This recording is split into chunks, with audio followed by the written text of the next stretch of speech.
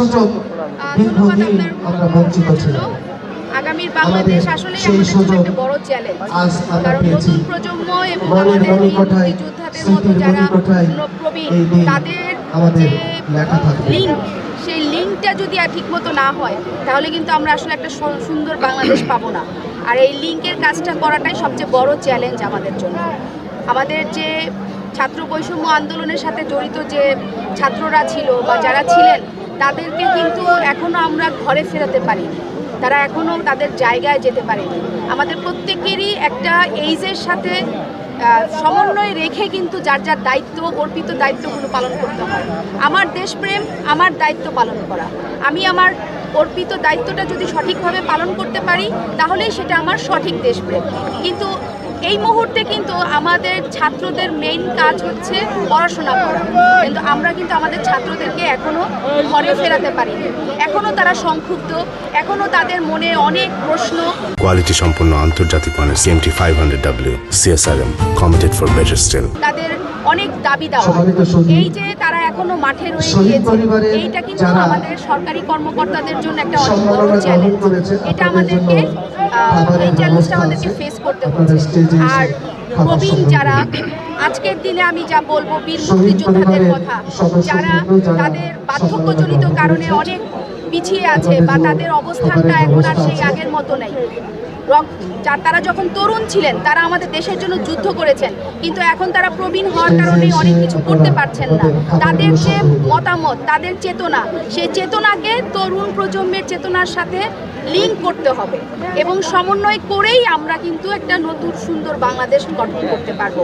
আর সবচেয়ে বড় কথা হচ্ছে শুধুমাত্র রাষ্ট্রীয়ভাবে, জাতীয়ভাবে আমরা সংস্কার করব বা আমরা বৈষম্যহীন হব, বিষয়টা কিন্তু এমন না। আমাদের ব্যক্তি পর্যায়েও বৈষম্যহীন হতে হবে।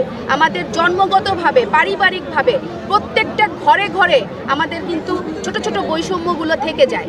আমাদের ছেলে মেয়ের মধ্যেও আমরা বৈষম্য করি।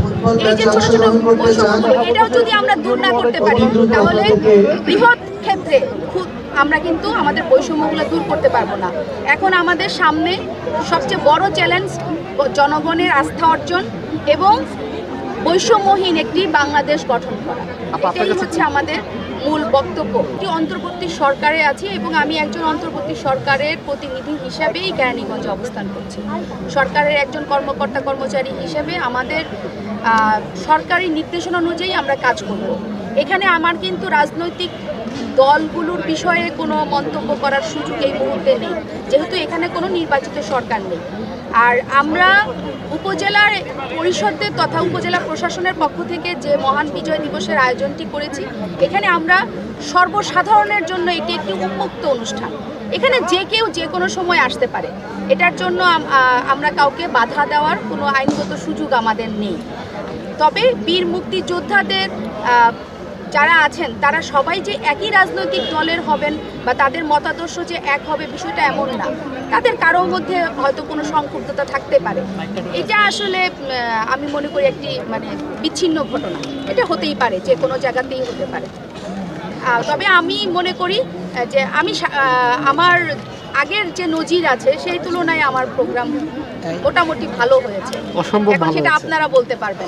অসম্ভব ভালো হয়েছে না, মুক্তিযোদ্ধারা একটা প্রতিবাদ জানিয়েছে যে বলতেছে যে আমাদের উপস্থিতিতে জামাত ইসলামকে আমন্ত্রণ জানিয়েছে, কান্নাও করছিল তারা এই বিষয়টার জন্য। আপনার বিষয়টা হচ্ছে ওনাদের উপস্থিতিতে আপনার স্টেজ থেকে করতালির মাধ্যমে ওনাদের স্বাগত জানানো হয়েছে। এই বিষয়টা নিয়ে আমি স্টেজ থেকে করতালির মাধ্যমে মনে হয় সব আপনাদের মনে হয় ইনফরমেশনটা ভুল হচ্ছে। আচ্ছা আচ্ছা, উপস্থাপনার ওইখানে থেকে হয়তো তাদের যারা প্রত্যেকটা রাজনৈতিক সংগঠন ঢোকার সময় তাদের নাম হয়তো অ্যানাউন্স করা হয়েছে, তখন তাদের সমর্থিত লোকজন হয়তো তারা হাততালি দিয়েছে। আচ্ছা, আরেকটা বিষয় হচ্ছে ওপেন স্পেস, ওপেন প্রোগ্রাম হচ্ছে, এখানে এটা হতেই পারে।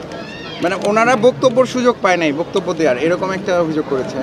বক্তব্য দেওয়ার এটা আমাদের আসলে আমাদের সিদ্ধান্তটা মন্ত্রণালয় থেকে এসেছে যে আমরা বীর মুক্তিযোদ্ধা এবং শহীদ বীর মুক্তিযোদ্ধা, বৈষম্যবিরোধী ছাত্র আন্দোলনের সাথে জড়িত যারা শহীদ এবং নিহত, এদেরকে এই স্টেক হোল্ডার নিয়ে আমরা মূলত প্রোগ্রামটা করেছি। সো এই প্রোগ্রামে যেই স্টেক হোল্ডারদের নিয়ে আমরা প্রোগ্রাম করেছি আমরা তাদের বক্তব্যটাই রেখেছি। নতুন উপস্থাপনা বলে আসলে এখানে কিছুই নাই, কারণ হচ্ছে গভর্নমেন্ট আমাদেরকে যেভাবে ইনস্ট্রাকশন দেয় আমরা সেভাবেই প্রোগ্রামগুলো উঠানোর চেষ্টা করি। তাদেরকে আজকের দিনের জন্য আমাদের উচিত তাদের প্রতিদিনই তাদের জন্য কিছু না কিছু করার, কিন্তু আমরা আসলে হয়তো সেভাবে করতে পারি না বিধায় আজকের দিনটা তাদের দিন। এই জন্য তাদেরকে ডেকে একটু তাদেরকে সম্মাননা দেওয়া, তাদেরকে একটু ফুল দিয়ে বরণ করা, তাদেরকে সম্মানিত করা, এটাই আমাদের সরকারিভাবে সিদ্ধান্ত এবং আমরা সেটাই চেষ্টা করেছি। এটা আসলে ওইভাবে স্পেসিফিক কোনো এরকম কোনো বিষয় না যে বাধ্যবাধকতা।